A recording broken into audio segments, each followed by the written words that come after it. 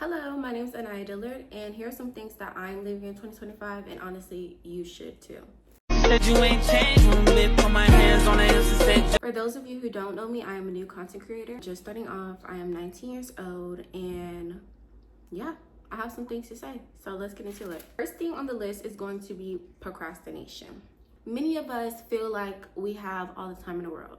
Mind you, tomorrow is not promised to us, so we need to be doing what we need to be doing now. If you have something that you know you need to do, if you keep pushing it off and pushing it off and pushing it off, babe, it's never gonna get done. Stop thinking about what you need to do and just do it. The more you think about it, the more time you're literally wasting.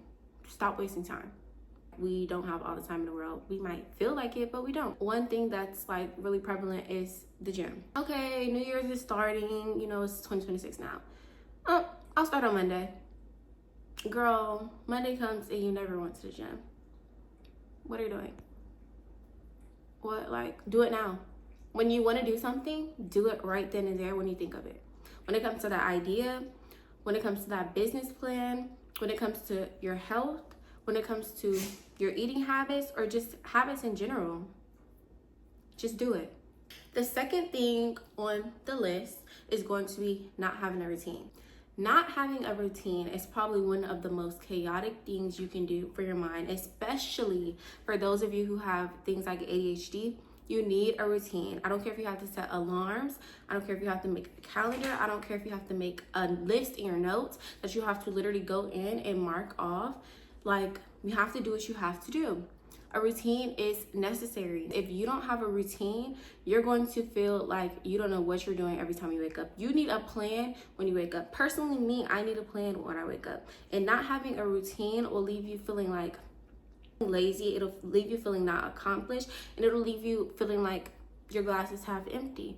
Why? Because you need a routine. Your mind needs to know what it's doing next, and then you're able to accomplish so much more when you visibly can see, what do I need to do? Get a routine. Third thing on the list is going to be doubt and worry. Doubt and worry do nothing for you.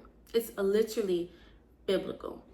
Worry is not going to do anything for you. Erase the worry out of your mind, erase the doubt out of your mind, and do what you need to do. You have to just stop. You're overthinking everything that you're doing. What are you doing? Why are you overthinking everything that you're doing? But you don't need to think that long. Get to work. The idea that you have, that you're worrying about, you didn't even start it. You're worrying about what's gonna happen and you didn't even do anything yet. It's good to think about the outcome of things, but if you never start, if you think yourself out of your business plans, out of your ideas, out of relationships, out of all of these different things, then hey, nothing's gonna get done. And you're still gonna be worrying. And you need to think positively. It's all about mindset. What if it works out? What if they agree? What if, come on, let's think about the positive side. It's all about perspective. So change your perspective and stop doubting and worrying. The fourth thing on my list is going to be dating. I am cutting out dating all 2026. This type of woman that I am, I'm very goal focused. I'm very focused on the Lord. And 2026, I just want to dedicate myself to Him, period. That's it. I need to focus on my goals. I need to focus on my business. I need to focus on me as a woman. It's already enough stewarding your friendship, stewarding a business, and stewarding your own personal self. It's enough. You know what I'm saying? Dating the wrong person can change the trajectory of your life. It really can. And it can slow you down, and it can be a distraction. Just like friendships. Friendships can be a distraction. Any of that stuff.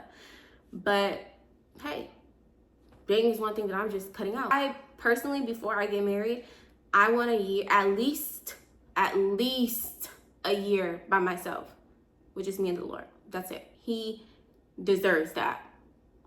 And me too.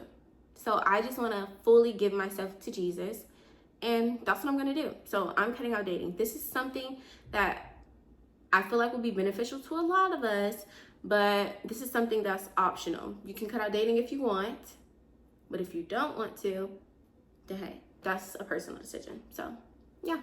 The fourth thing on my list is going to be comfortability.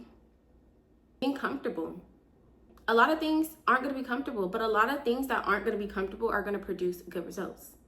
Going to the gym might not always be comfortable. That's one thing.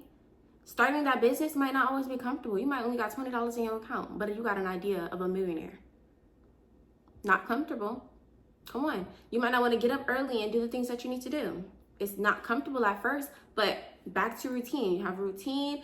You can go ahead and get yourself adjusted. You literally adjust. You have to learn how to pivot and adjust.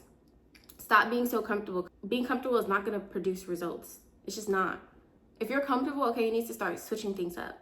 You know, it's okay to be cozy for a little bit, but boo, you have to be evolving. You have to be changing. You have to be growing. Growth is not always going to be comfortable. I'm sorry, but it just is what it is. Stop being comfortable and actually do something.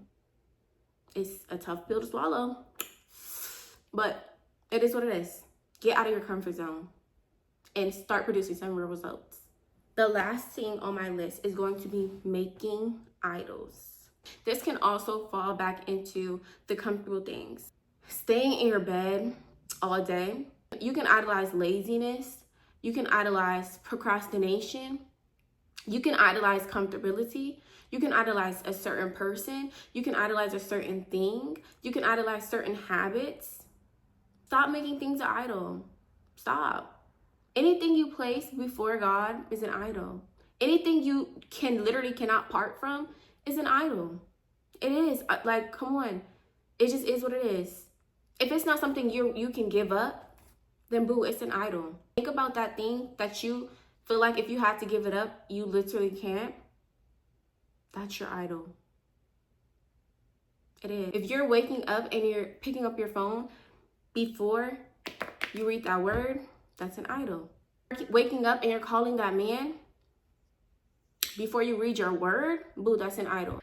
If you're getting up and you're responding to them clients before you respond to the Lord and speak to him, even before you even just say, thank you, Jesus, that's an idol. That business is an idol. So let's think about that. Remove those idols. Because it says, at the end of the day, it says, seek first his kingdom and his righteousness, and all things shall be added onto you. So what are you seeking first? That's your idol. Let's fix that. Thank you guys so much for watching. I hope you guys were able to take something from this video and apply it to your life for the better. I want to see everybody have a good 2026. Let's fix some of these habits and establish a routine for ourselves and for our minds. We need to prioritize taking care of ourselves, serving others, and just being the best person that you can be. Okay? Don't be too hard on yourself, but you also need to start, being more disciplined. Yeah, it just is what it is. So I love you guys so much. I hope to talk to you guys soon. And yeah, kisses. Bye. Said you ain't changed one bit. Put my hands on her hips and said just